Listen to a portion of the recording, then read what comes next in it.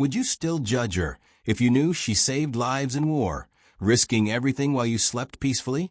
How would you feel if the person you disrespected turned out to be a true hero? Please leave your opinion in the comments. Marc Reynard always believed he could read people. He prided himself on it. In fact, a glance, a gut feeling, that was all he needed to know who someone really was. And when the woman in uniform walked onto the plane, he had already made up his mind about her before she even took her seat. Another one looking for attention, he thought. She was tall, with sharp eyes that looked like they had seen too much. Her uniform was neat but slightly worn, the kind that had been through things.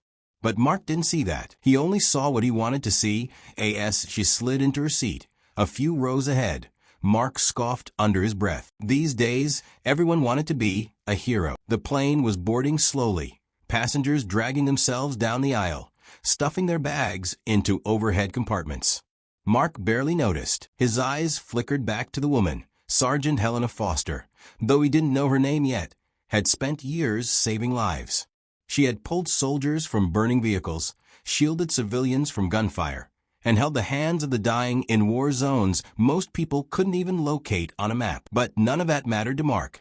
Not yet. The first jab came casually. Didn't know they let just anyone wear a uniform these days, he muttered, not loudly, but loud enough. A few passengers glanced up, sensing the tension. The woman didn't react. Marc smirked. He hated being ignored. I mean, what's the point? He continued, this time ensuring his voice carried. Real soldiers don't need the attention. Helena didn't flinch.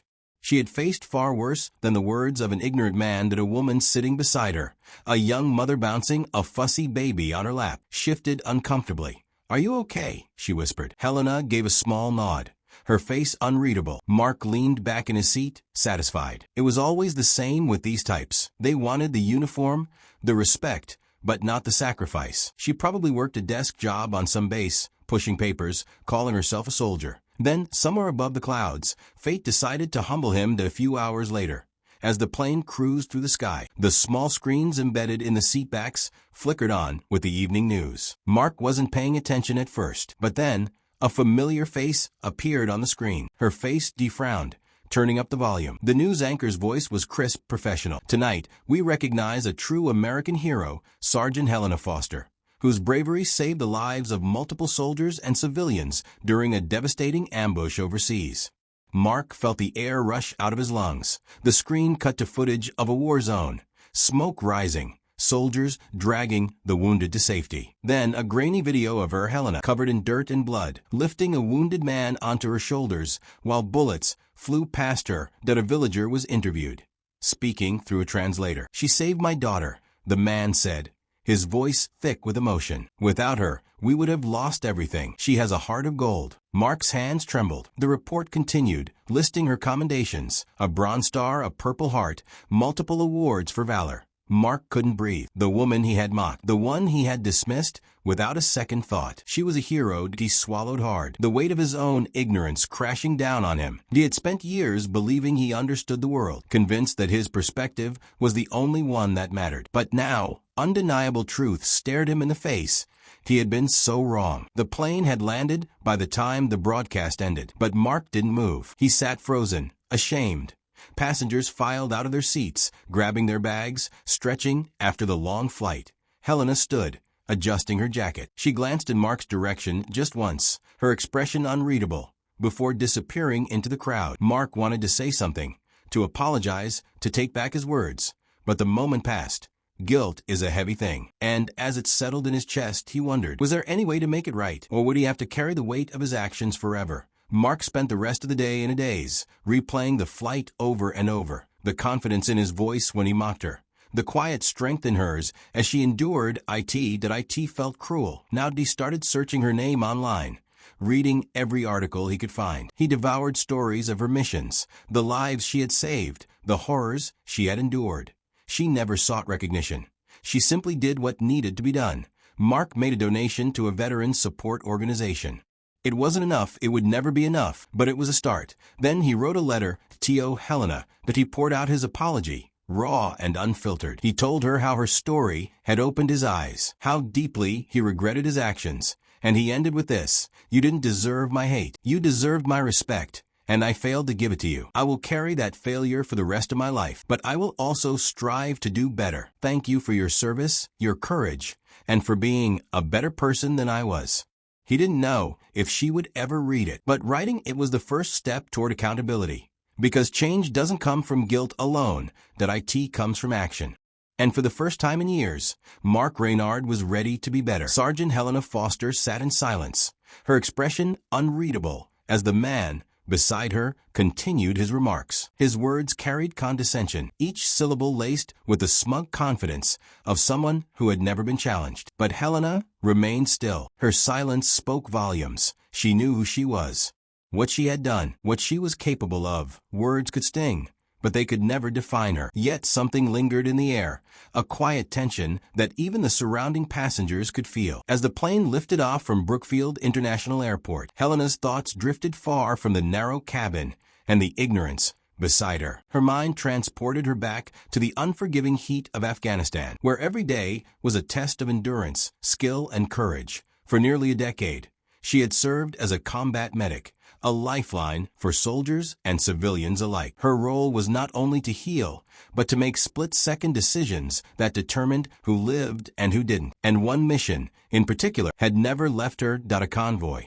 a remote village, a route littered with remnants of past conflicts.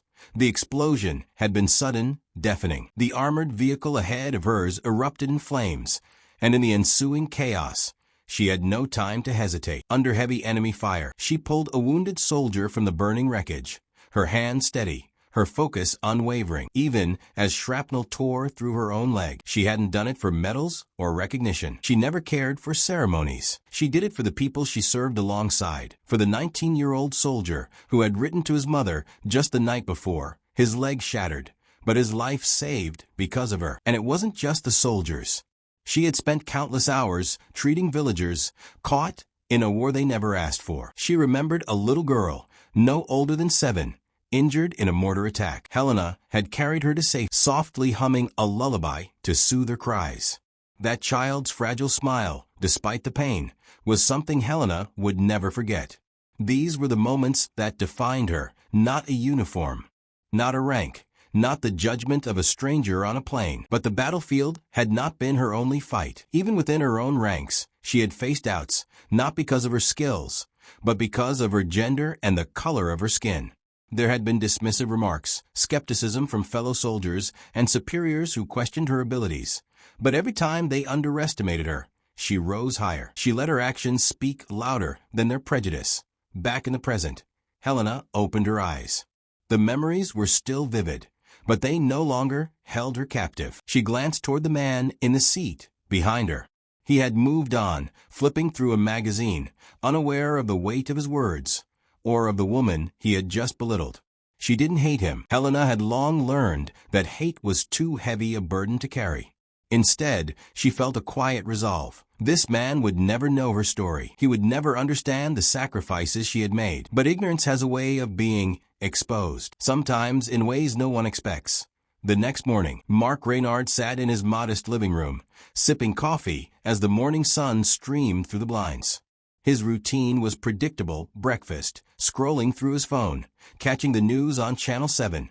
That he switched on the TV just in time for the anchor's solemn introduction. "This morning, we honor a true American hero." Mark barely glanced up until he heard the name: Sergeant Helena Foster, a combat medic who risked her life to save not only her fellow soldiers, but also countless civilians during her deployment overseas. His coffee cup hovered mid-air. That on the screen, a photograph of a woman in uniform appeared.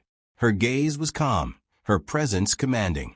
His stomach twisted. That it was her. The report detailed the ambush she had survived, the same one Helena had been reliving in her mind just hours before. They spoke of how she had pulled injured soldiers to safety, even as shrapnel tore through her own body. That a villager was interviewed, speaking through a translator. "She saved my daughter. Without her, we would have lost everything. She has a heart of gold." Mark set his coffee down, his hands trembling. The broadcast continued, listing the commendations Helena had received, including a Bronze Star for extraordinary bravery. "Too often, heroism goes unnoticed," the anchor concluded. Today, we shed light on the incredible sacrifices made by those who serve, especially heroes like Sergeant Foster, who embodied the true spirit of courage and compassion. Mark couldn't breathe. The woman he had mocked, the one he had dismissed so easily, had faced horrors beyond his imagination. She had endured not just war, but prejudice, and still carried herself with dignity. And what had he done? He had torn her down in public, armed with nothing but his own ignorance. Shame hit him like a tidal wave. He had spent years believing he understood the world, convinced that his perspective was the only one that mattered. But now he was staring at undeniable truth. He had been so wrong. But guilt is a heavy thing, and as it settled in his chest, Mark wondered, was there any way to make it right, or would he have to carry the weight of his actions forever? Mark spent the rest of the morning in a daze, replaying the events of the flight over and over in his mind, the confidence in his voice as he mocked her, the quiet strength with which she had endured it felt cruel now.